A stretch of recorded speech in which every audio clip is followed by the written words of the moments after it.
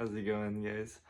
Thought I'd make another video since some people wanted the yapping vlogs and such.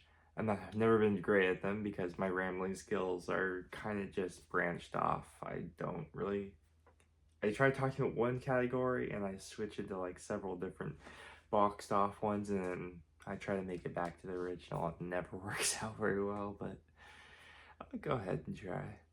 Right now, in terms of exercises and such, if that's one thing people are interested about, I guess I'm trying out the in terms of splitting or days, kind of just doing like the 3 day, 1 day. You exercise 3 days, take one, then take a rest day and such. It's partially that and partially just kind of going by feel. Let me just a little bit. There we go. I tried to get a little bit fancy, but it's just cold. Going a little bit by feel on just like, does anything just feel sore that day, or do I even need a rest day right now? Usually I feel pretty great. After a couple days, I can do a leg day, split between hamstrings and just front quads. That it's I don't know why I like doing it. I like doing it more by feel rather than having if I try to plan out, I'm gonna do back and back and a chest or something. It doesn't work out very great. Not just, well, there's two reasons. One, because for some reason if I plan it out rather than just going head first and saying, oh, I feel like I can push this body part to a good limit. I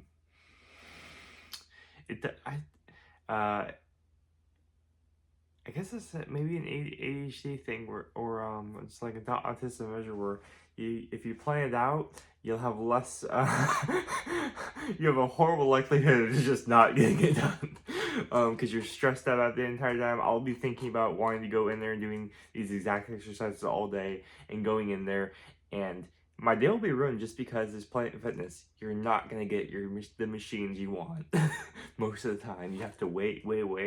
So having a structured routine and going in there, having a plan in your head, and thinking about it all day. If I'm planning something, it's in my freaking head until I'm done. If there's anything on my mind, it's in there until I'm done with it. So it's just like planning out workouts or planning out, this is gonna be this day and this day. It's not worked out that well for me because I usually don't do it. I'm sure a lot of people can relate to that one. That's mostly just by the exercises alone, though. Not by, I won't do chest or something like that just because I feel bad. Not like that. It's more of if I plan to do this or this exercise and I don't get to them, it's like you feel bad because you didn't do the planned goal or something. It's like, no, I'm going more by feel, which is another way to do it. It's not a bad way to do it because it works for me. So I'll just go. I don't have an exact thing. I just go back legs and front legs. If I have to do them all in one session, sure, or I'll just do them two. Don't have structured routines. I'll usually do like chest and shoulders or something, and then maybe come back for back and arms. Probably arms at the end of the week, just because back exercises and such just tax my arms. I'd rather have full strength arms for back day, so I can just for anything, so the other way it's not weak. It's scheduling by what's going to be exerted by the end of the week and what do I need, which body part do I need if I need this to help with this part. I'm great at explaining things. So yeah, I'm joined by this is the explanation of someone who goes by feel rather than I know what I'm doing. Clearly. So yeah, I can name my favorite exercises, but I can't name what I'm doing that day because I just kind of rush in there and just say, this machine is available right now. Some of my favorite ones, I'll just work in like the back rows, and then go on the pull, and then doing the pull downs and such. But because of shoulder problems and such, I'll usually warm up my shoulders a lot, using the reverse or the reverse. I don't know what that thing's called. It's literally just a combination of a back shoulder workout and then a chest machine. The shoulder flies. No, that's this. I gotta look up. Man, it sucks not knowing any of these and like half the machine names. But yeah. Anyways, I'll just warm up my shoulders a lot. Doing that and then going down to a rope and then just doing regular regular pull-ups, which have seemed to actually help a lot, especially my back development. But they also help my shoulders quite a lot. I don't have like I have a good over the head range of motion. I have lateral range of motion, front leg range of motion, but like in terms of this, which is why like benching is really hard for me, because it just clicks with my shoulder and makes it really hard. And if you're trying to exercise without injuring your body for, you know, you can go in there and not be an ego lifter and just say, my body doesn't accept this as other people do it. It just doesn't. So I gotta basically work around that. So I have to do that for my shoulder limitations. But everything's going around pretty well. I mean, for what I'm doing right now, for how my body's progressing, I think it's okay. I think it's doing pretty good. I think I'm doing good at healing I don't know about fast, but at least healing well. Every day I just go in there after every session, just go back for red light. You go back there once or twice a day, and then do the massage chairs and such.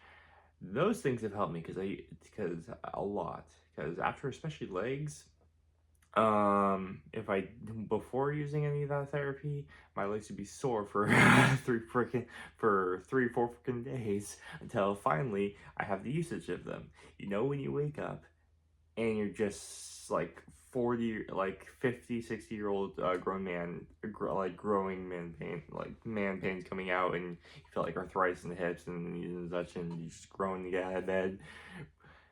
No, that was how it felt. Now it's because red light for helping everything, just the entire healing process go through.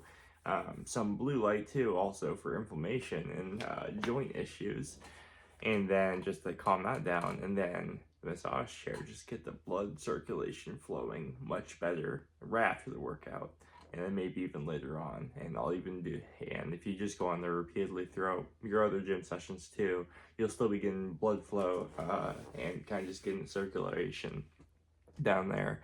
So yeah, like hitting I guess certain body parts lightly throughout the week, just because I don't know, mentally for me, it's like it's not so much you're trying to re-exercise it, because it's already torn, the muscle's tearing, it's trying to repair itself. It's more of just getting blood flow back in there, just for quick 5 minutes, and then doing the rehabilitation. And for me, that's worked a lot, at least in terms of I don't feel sore, my body feels pretty good besides some joint issues, and I'm healing, so that's a plus. So I think it's all working out pretty well. Obviously, there's things I could be doing a hell of a lot better. You have to learn through your idiosyncrasies and just your idiot phases, but that's more just so you're new to a lot of stuff yet, and you have to figure it out through a lot of I was doing a really dumb thing here, and it's just figuring out through life stages. So the practice is you gotta learn it quickly. You try to learn it as quickly as possible. Try something for a few weeks or maybe a month or two, and then see if it's doing anything for you. Because I was doing a lot, because I kept having to switch off of things that were not helping me at all. Right now I'm trying to actively get better at benching. Not so much just because I want to lift a lot, but mainly just because I want to figure out how my body uses its motion. So at the moment, there's a reverse bench, or I guess it's just a different stage of bench, but it helps with basically my tricep activation, and I use that as like a third movement. But it's helping a lot for building up my tricep, which is a pretty big weak point. My two biggest weak points for in my head are my triceps and my chest. My chest will probably be taking the longest to grow, and then I'm trying to, of course, grow my back a lot. I think my legs will be coming. They'll just be slow. So, yeah. But it's working a lot for that. And then once I get my triceps built up, it'll help a lot with the benching process, or at least you're not technically supposed to use it. Yeah, you're trying not to use your triceps for benching, but I don't know. I'm trying to work through my shoulder limits. It's weird. I'm trying to lock it in. Try to get the elbows tucked in, and it's something you have to get. It's something I'm trying to get used to. Proper benching. But benching is a hard one. I just want to find out how I do it properly. So I don't really care if I'm lifting a lot of weight or not. There's certain exercises I know I can push pretty heavy for my weight class, and certain exercises I know I'm a punk. I'm a little bitch with those ones. You just gotta work through it. Don't be an ego jackass. Anyways, like, and after that, just come home, still doing creatine drink and such. I really freaking like the blue raspberry flavoring. I don't know if anyone's still listening. Hope you're okay with the food ramble now, just because I'm just gonna have this. I don't even care about doing the second take. I'm just gonna have this one as a fail, like a failure to vlog video. But I'm gonna talk because I'm having fun. I got about 3 minutes until this is over run time, anyways. I'll just go home and have creatine. Blue raspberries are really good. I don't know why. I thought that drink would suck, but it's great.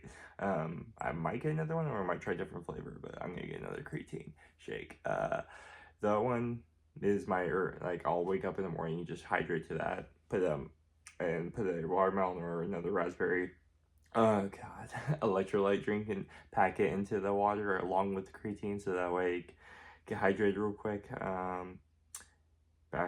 And then wake up, get your muscle blood flow there too, and the creatine is helping me rebuild pretty damn well.